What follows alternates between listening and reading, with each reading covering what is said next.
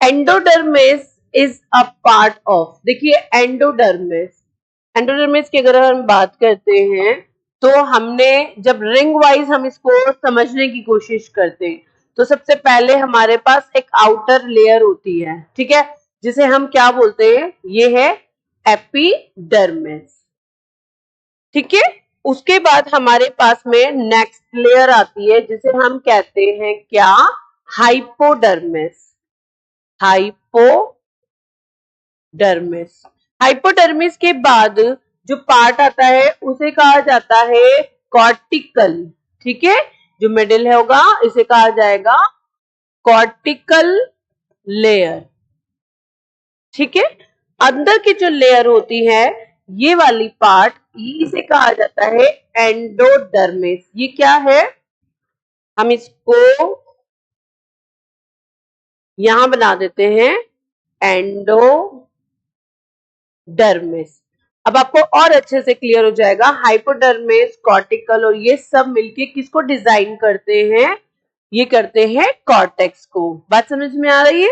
अब हमारी जो अगली स्टेप होती है उसमें हमें क्या है कि एंडोडर्मिस के बाद जो नेक्स्ट लेयर बनती है उसे कहते हैं पेरिसाइकल,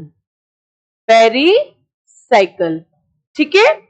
इस पेरिसाइकल के अंदर क्या प्रेजेंट होते हैं, वेस्क्यूलर बंडल प्रेजेंट होते हैं, ठीक है। ये जो वेस्क्यूलर बंडल है इनके अंदर जाइलम और फ्लोएम होगा और जो इसका सेंटर पार्ट होता है उसे कहते हैं पिथ।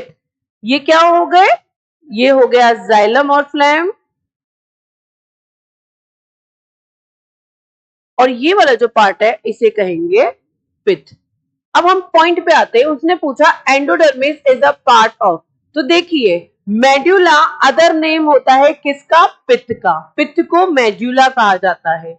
स्टील किसे कहते हैं, तो ये भी समझ लीजिए, स्टील तीन वर्ड को मिला के, तीन पार्ट को मिला के, तीन लेयर को कंसिस्ट करता है और उसमें कौन कौन आता है, सबसे पहले आता है पेरिसाइकल